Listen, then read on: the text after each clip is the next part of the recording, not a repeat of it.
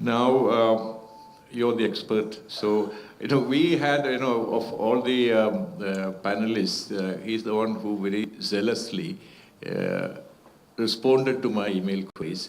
And so I think you'll have to take the brunt of it. No other way. So you stated in your email exchanges that the element that you can right away mention is that poetry, fictional prose, and non-fiction seem to have different tolerance for languages other than the mother tongue. You say that when you read about linguistics or say science, you didn't mind at all if it is in English. With fiction, you say you enjoy well-written books in Dutch more than well-written books in English. And with poetry, the English language just doesn't seem to do it for you. You say it has to be Dutch for you. Most Indian writers are also in this bilingual situation, you suggest. Can you expand on this? Yes, it has been.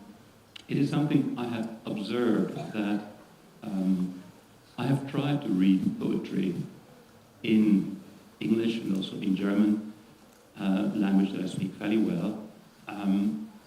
And somehow the message, the ideas, the images, the metaphors, the feelings don't come through them. They don't reach my heart. Even when I read brilliant poets like Szymborska, the Polish poet Szymborska, whom I really love in Dutch translation, it doesn't work when I read her in German or English. To a lesser degree, that is also true with novels, because novels are more about, many novels are more about everyday life, about the relationships between people, the emotions of the protagonists, of the main characters, about all sorts of very humdrum situations. And I have never lived my life in English. I have always lived my life in either Dutch or a regional language. I will say something about that in a minute. But when it comes to let's say to intellectual works, to works in linguistics, which I like to study, and sometimes I read about science or other very intellectual pursuits, there it doesn't matter.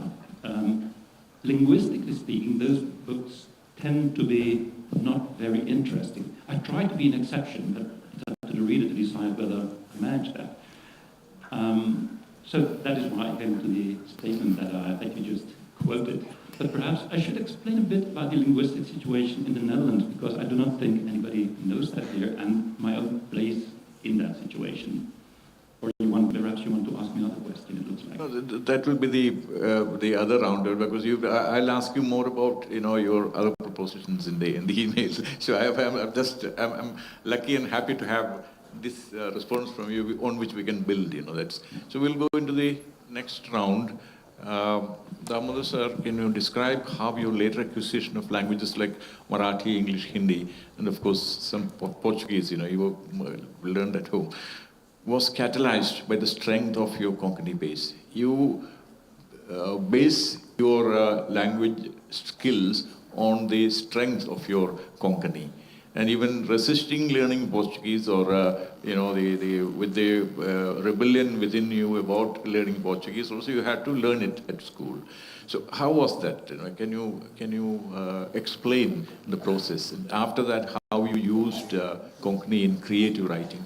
Or have you attempted bilingual writing? Have you attempted writing in Hindi or Marathi or English? Whatever my creative writing, I always preferred, insist on writing in Konkani. For two reasons. I can best express myself in my language. And it is true of everybody, whether students or seasoned writers also. I do write in English for the newspapers, for the periodicals. They are the articles. I can write, and I do write in Marathi also, when it needs to be written. In Hindi also I can speak, I do, but in my, whatever I feel like writing. Creative. Yeah, whatever from the bottom of my heart, I write only in Konkani.